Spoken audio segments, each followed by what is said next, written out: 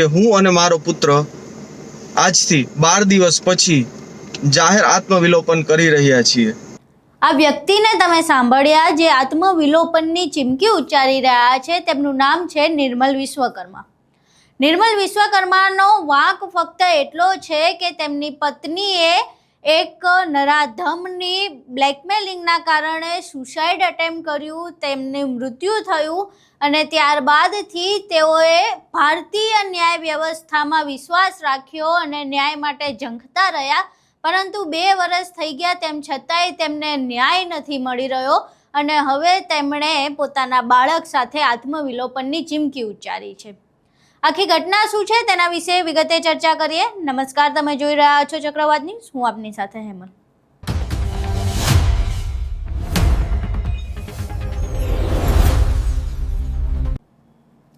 નિર્મલ વિશ્વકર્મા જે જૂનાગઢના રહેવાસી છે અને તેઓ પોતાના બાળક સાથે આત્મવિલોપનની ચીમકી ઉચ્ચારી રહ્યા છે, તેનું કારણ છે કે આજથી 2 વર્ષ પહેલા તેમની પત્ની દ્વારા આત્મહત્યા કરવામાં આવી હતી। આત્મહત્યા કરવા પાછળનું કારણ હતું કે તે પોતે પત્રકાર તરીકે કામ કરતા હતા અને તેમની ઓફિસમાં એક સહકર્મી દ્વારા તેમની સાથે શારીરિક શોષણ કરવામાં આવ્યું, સમાજમાં તેમને બદનામ કરવાનો પ્રયાસ કરવામાં આવ્યો અને ત્યારબાદ આ બધાથી કંટાળીને તેમણે એકવાર આત્મહત્યાનો પ્રયાસ કર્યો, પરંતુ તે અસફળ રહ્યો અને બાદમાં તેમણે સુસાઇડ નોટ લખીને પોતાનું જીવન ટૂંકાવી દીધું। હવે પોતાની પત્ની ગુમાવ્યા બાદથી નિર્મલ વિશ્વકર્મા ન્યાય માટે વલખા મારી રહ્યા છે। તેમને એવું છે કે તેમને આ ભારતીય ન્યાય વ્યવસ્થામાં ન્યાય મળી જશે, પરંતુ છેલ્લા 2 વર્ષથી ન્યાય મળવાનું તો બહુ દૂર રહ્યું। જે પ્રક્રિયા છે આગળ નથી વધતી અને જે આરોપી છે એ ખુલ્લેઆમ ફરી રહ્યો છે। હવે આ બધું જોઈને નિર્મલ વિશ્વકર્માને એવું લાગી રહ્યું છે કે કદાચ તેમને ન્યાય મળવાનો જ નથી અને એટલે પોતાની પત્નીની પાછળ તેઓ પણ જીવન છોડવા મજબૂર બન્યા છે। તેમણે એક વિડીયો બનાવ્યો છે અને એ વિડીયો બનાવીને તેમણે આ વિશે વાત કરી છે અને કહ્યું છે કે જો મને ન્યાય નહીં મળે તો હું મારા પુત્ર સાથે આત્મવિલોપન કરીશ અને તેનું જવાબદાર આ તંત્ર રહેશે। પહેલા અહીં નિર્મલ વિશ્વકર્માનો એ વિડીયો જોઈએ। નમસ્કાર ગુજરાત, હું નિર્મલ મકવાણા જૂનાગઢથી। સૌને મારા જય વિશ્વકર્મા। આજથી લગભગ 2 દિવસ પહેલા મેં એક પોસ્ટ મૂકી હતી જાહેરમાં સોશિયલ મીડિયા ઉપર કે હું અને મારો પુત્ર આજથી 12 દિવસ પછી જાહેર આત્મવિલોપન કરી રહ્યા છીએ। તો એના સંદર્ભમાં ઘણા બધા મારા હિતચિંતકો, હિતેચ્છુએ મને ફોનથી, મેસેજથી, રૂબરૂ ઘણા બધા સવાલો પૂછ્યા કે તારે શા માટે અચાનક આવું પગલું ભરવું પડે છે, એનું કારણ શું છે। તો આજે હું એનો જાહેર ખુલાસો કરવા જઈ રહ્યો છું। આજથી લગભગ 2 વર્ષ પહેલાં મારી પત્ની કે જે વિશ્વકર્મા ઉદય સમાચાર પત્રના તંત્રી તરીકે કાર્યરત હતી, તેમણે આત્મહત્યા કરી પોતે અને પોતાનો જીવ ગુમાવ્યો હતો। આ કેસ લગભગ 2 વર્ષથી ચાલી રહ્યો છે, પરંતુ તેમાં કોઈ જ જાતની અપડેટ આવી રહી નથી કે ન તો આગળ વધી રહ્યો છે। શા માટે? શું તંત્ર આરોપીથી આટલું બધું ડરી રહ્યું છે અથવા તો અમારા જેવા જે મિડલ ક્લાસના છે, જે ગરીબ લોકો છે, શું એના માટે ન્યાય મેળવવો આસાન છે જ નહીં અથવા અમારા માટે ન્યાય છે જ નહીં? શું અમે ભારત દેશના નાગરિક નથી? અમે લોકો તંત્ર સામે લડી અને બધી રીતે હવે માનસિક, આર્થિક, સામાજિક રીતે હારી ગયા છીએ। આજે મારી ભેગું ઊભું રહેવાવાળું કોઈ જ વ્યક્તિ નથી કે જે મને સપોર્ટ કરી શકે અથવા જે મારી સાથે ચાલી શકે। મારા જીવનના બે ફેઝ આમ તો હું કહી શકું કે એક તો જ્યાં સુધી મારી ઘરે અથવા મારા જીવનમાં ઘટના બની નહોતી અને આ ઘટના બની ગયા પછીનો મારો ફેઝ। અમારો એક ખુશખુશાલ પરિવાર હતો, હું, મારી પત્ની અને મારો એક પુત્ર જેનું નામ ક્રિશિત।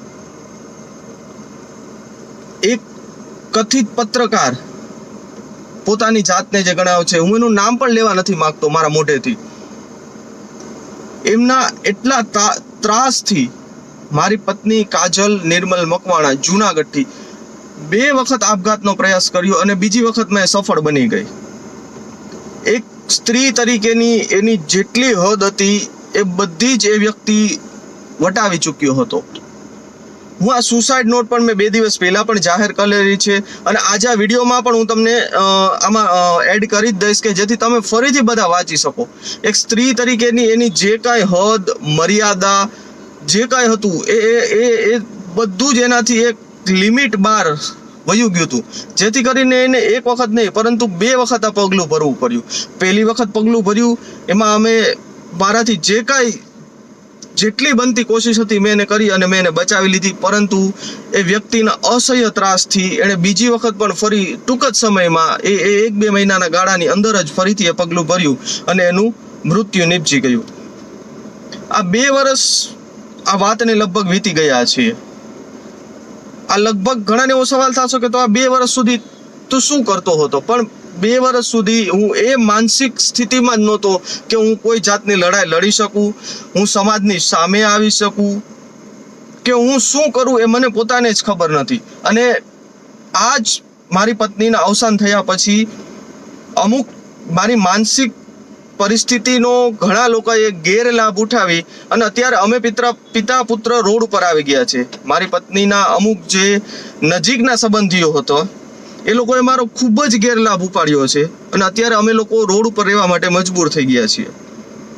અમારી પાસે હવે જીવવાનો કોઈ વિકલ્પ નથી, ના તો અમને કોઈ ન્યાય મળવાની આશા છે, પરંતુ અમે માનનીય શ્રી નરેન્દ્રભાઈ મોદી,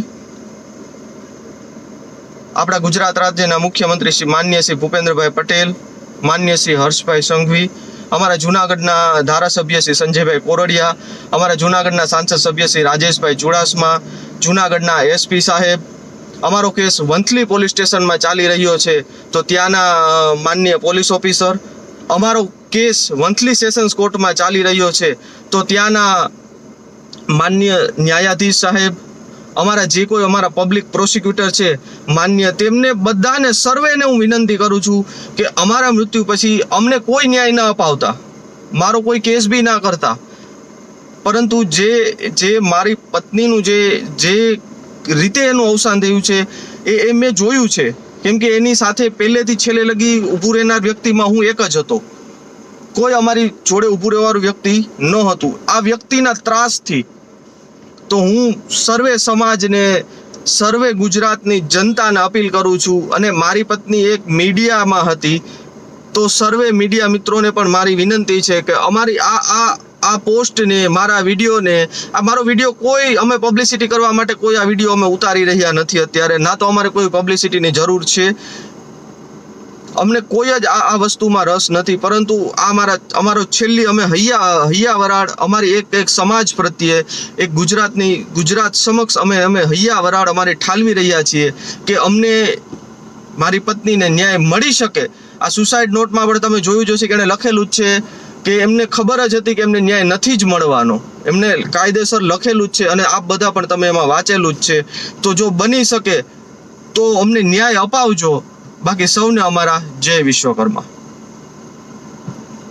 અહીં તમે નિર્મલ વિશ્વકર્માનો એ વિડીયો જોયો, એ સુસાઇડ નોટ પણ તમે વિડીયોમાં જોઈ, જેમાં સ્પષ્ટપણે આરોપીનું નામ લખવામાં આવ્યું છે. તેમના પત્ની દ્વારા આખી ઘટનાનું જે કટ, અહીં તમે નિર્મલ વિશ્વકર્માનો એ વિડીયો જોયો, વિડીયોમાં તેમણે સ્પષ્ટપણે જે સુસાઇડ નોટ લખવામાં આવી હતી તે પણ લગાવી છે. તેમાં સ્પષ્ટપણે વાંચી શકાય છે કે આરોપીનું નામ લખવામાં આવ્યું છે. તેમના પત્નીએ આરોપીનું નામ લખ્યું છે, આખી જે ઘટના બની હતી તે પણ જણાવી છે.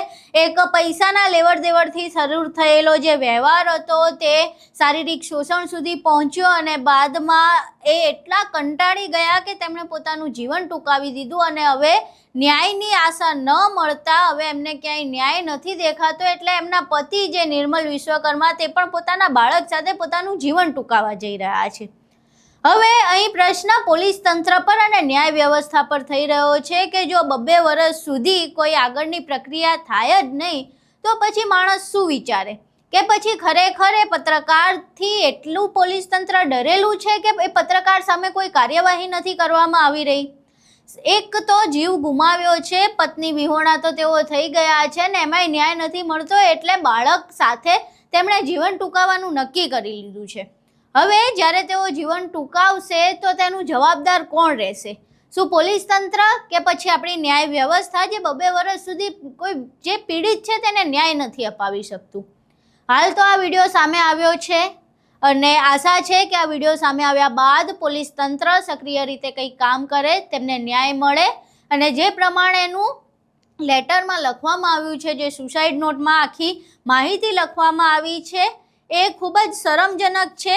એક પૈસાની લેવડ દેવડને લઈને જે શારીરિક શોષણ થયું, આમ તો આપણે ગુજરાતને ખૂબ જ સેફ રાજ્ય કહીએ છીએ, ખૂબ જ સુરક્ષિત રાજ્ય કહીએ છીએ ને એવું કહેવાય છે કે દીકરીઓ અને મહિલાઓ આ રાજ્યમાં ખૂબ જ સુરક્ષિત છે, પરંતુ જો કામના સ્થળે તેઓ સુરક્ષિત ન હોય તો પછી આ જે રાજ્યની સુરક્ષાની વાત કરવામાં આવે છે તેના પર પણ એક મોટો પ્રશ્ન ઊભો થાય છે. કોઈ મોટા માથા હોય, કોઈ મોટા પત્રકાર હોય એટલે ન્યાય ન મળે તે પણ એક મોટો પ્રશ્ન છે. જો કે હવે આખી ઘટનામાં પોલીસ તંત્ર શું કાર્યવાહી કરે છે, શું નિર્મલ વિશ્વકર્માને ન્યાય મળે છે કે કેમ, તેના વિશે પણ એક મોટો પ્રશ્ન છે. આખો વિડીયો તમે જોયો, વિડીયો જોયા બાદ તમારું શું માનવું છે? તમારા મંતવ્યો અમને કોમેન્ટ બોક્સમાં જરૂર જણાવજો. વિડીયો પસંદ આવ્યો હોય તો વિડીયોને લાઇક કરજો, શેર કરજો અને અમારી ચેનલને સબસ્ક્રાઇબ કરવાનું ભૂલશો નહીં. નમસ્કાર.